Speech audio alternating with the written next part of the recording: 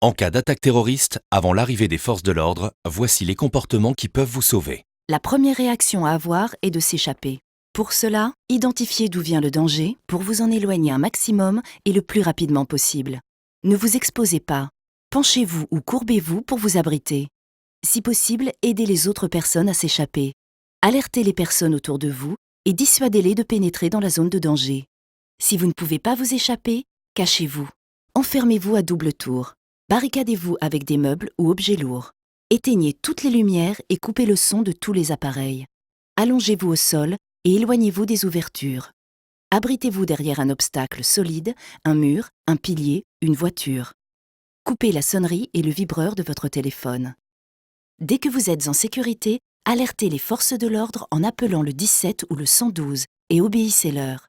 Au téléphone, ne paniquez pas, précisez le lieu exact de l'attaque, le nombre et la description des assaillants, le type d'arme utilisée, le nombre estimé de victimes. Ces renseignements peuvent sauver de nombreuses vies. Si possible, aidez les blessés. Une fois les forces de l'ordre arrivées, ne courez en aucun cas dans leur direction. Gardez les mains levées, ouvertes et bien visibles sans faire de mouvements brusques. Si vous attendez les secours et les forces de l'ordre, et si vous êtes en sécurité, vous pouvez sauver des vies en réalisant les gestes d'urgence. S'il y a saignement, appuyez fortement dessus en utilisant si possible un linge propre, t-shirt, pull ou autre. Maintenez la pression sur la blessure jusqu'à ce que les secours prennent le relais.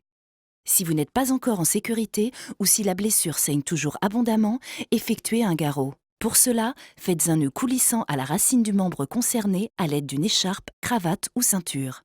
Dans tous les cas, aidez la personne à s'installer dans la position dans laquelle elle se sent le mieux. Si la plaie est sur le thorax, mettez-la en position assise ou semi-assise. Pour une plaie au ventre, en position allongée. Si la personne est inconsciente ou perd connaissance, tournez-la sur le côté comme si elle dormait en chien de fusil en position latérale de sécurité. Faites en sorte qu'elle puisse respirer correctement. Face à la menace terroriste, restons toujours vigilants. Dès que vous rentrez dans un lieu, repérez tout de suite les sorties de secours. Si vous êtes témoin d'une situation ou d'un comportement suspect, contactez les forces de l'ordre au 17 ou au 112. Ne diffusez aucune information sur leur intervention. Ne propagez pas de rumeurs ou d'informations non vérifiées sur Internet et les réseaux sociaux. Suivez les comptes Place Beauvau et Gouvernement FR sur les réseaux sociaux. Restons toujours vigilants. Pour en savoir plus, allez sur encasdattaque.gouv.fr.